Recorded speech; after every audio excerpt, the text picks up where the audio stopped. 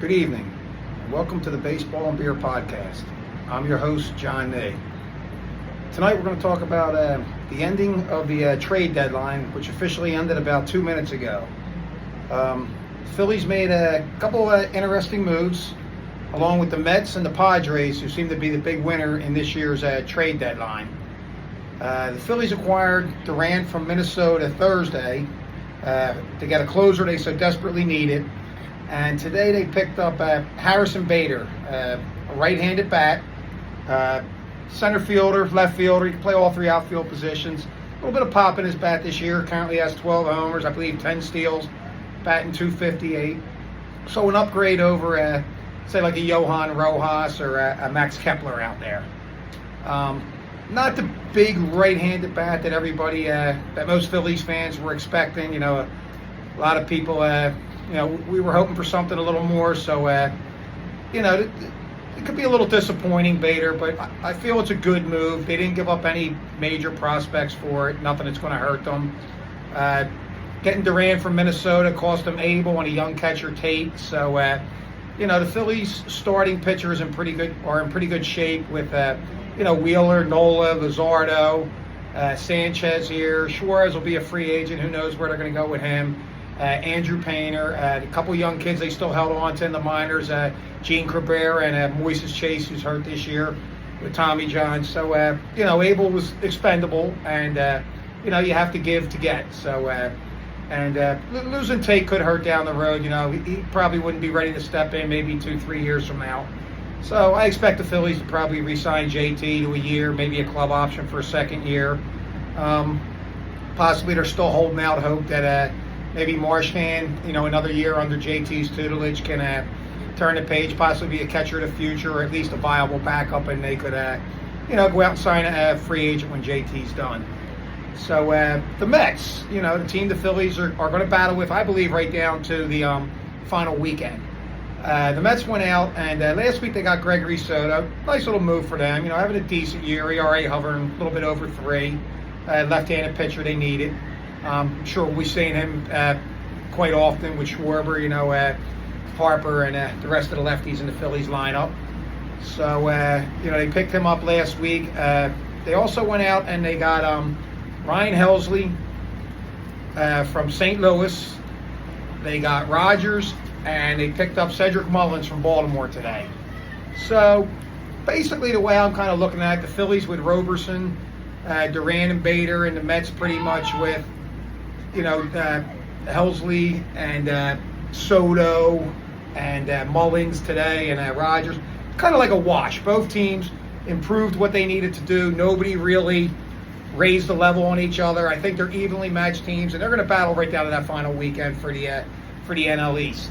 The big winner in the trade deadline today, in my opinion, was the San Diego Padres. They went out and got Mason Miller, Sears, Loreno, and O'Hearn from Baltimore. So the Padres really improved their team.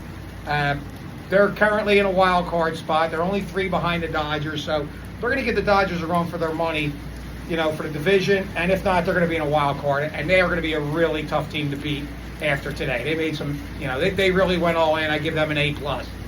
So, the Phillies and Mets, again, they're going to battle.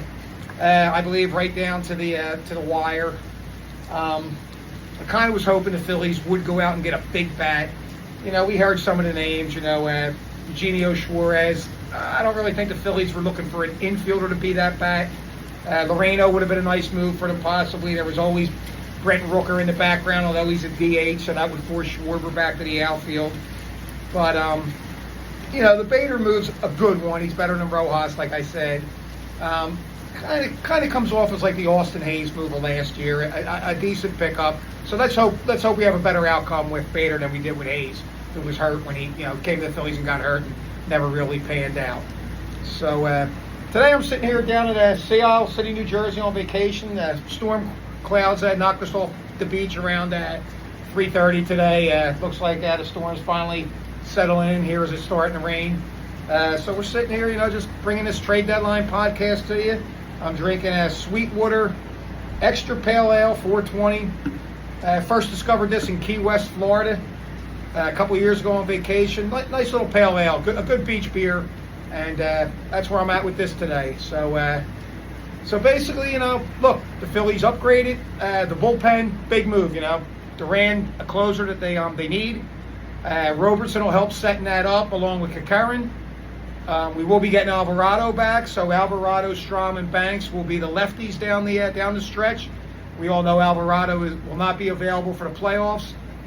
He'll most likely be replaced by Luzardo, as the Phillies will only need 3, maybe 4 starters. The first 2 rounds, I believe they're only going to need 3, the way playoffs are set up this year with an extra off day.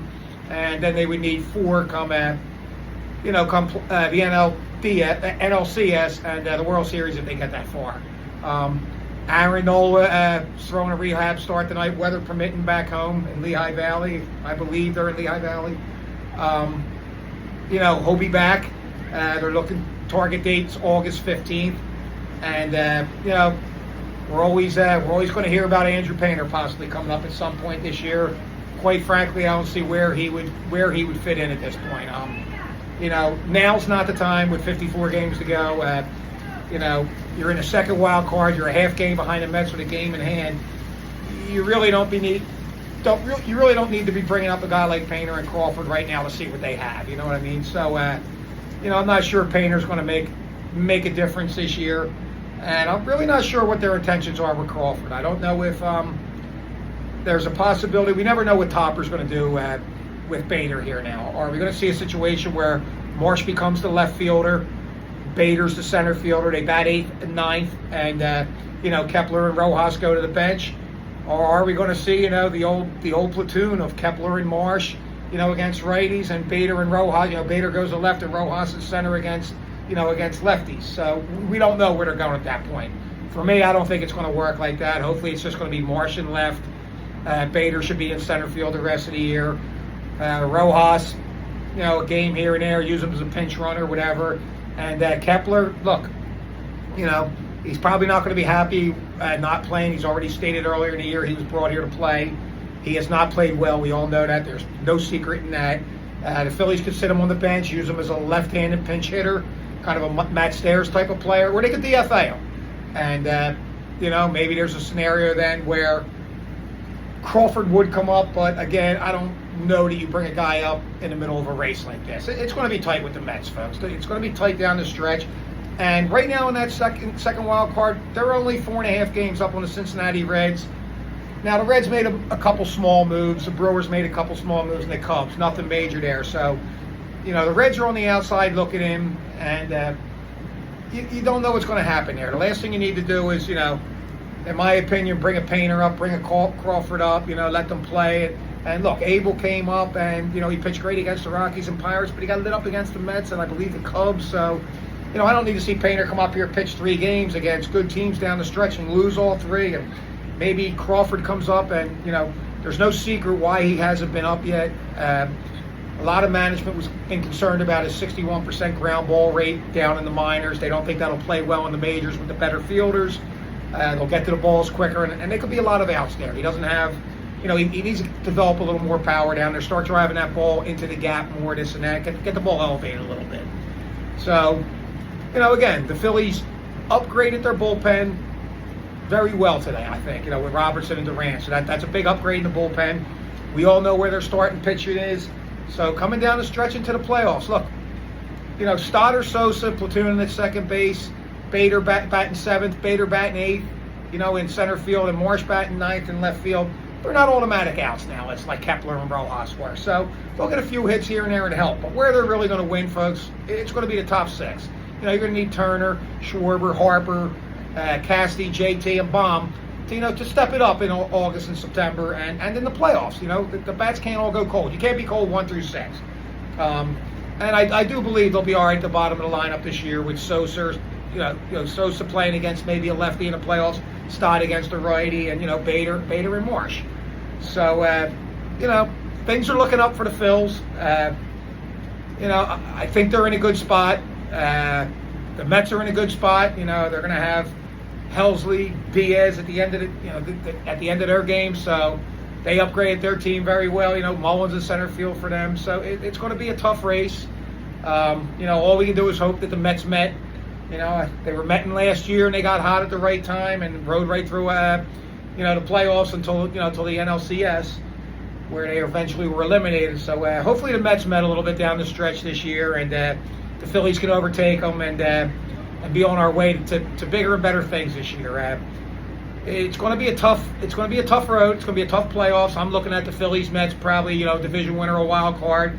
Dodgers, Padres, division winner, wild card, and probably a Cubs, Brewers. So all 6 of them teams are poised to play good down the stretch. They could all reach a World Series technically. They're all kind of evenly matched. A lot of people like to say the Dodgers are the best on paper. I think the Padres trade deadline today might have changed that a little bit, so maybe they can beat each other up a little and eliminate one another maybe in the playoffs before they got to the NL Championship Series. So Phillies can only take care of their own business going down the stretch. We need the pitchers to pitch, the hitters to hit, and most importantly, the topper to have a good final 50-some games here and a good playoff this year. Start getting the right lineups out there for us, making the right call to the bullpen at the right time, and knowing when to pull his starting pitchers, when not to. And I think they're going to be all right, folks. So have a great rest of your evening. Go Phils, and I'll see you in a couple weeks.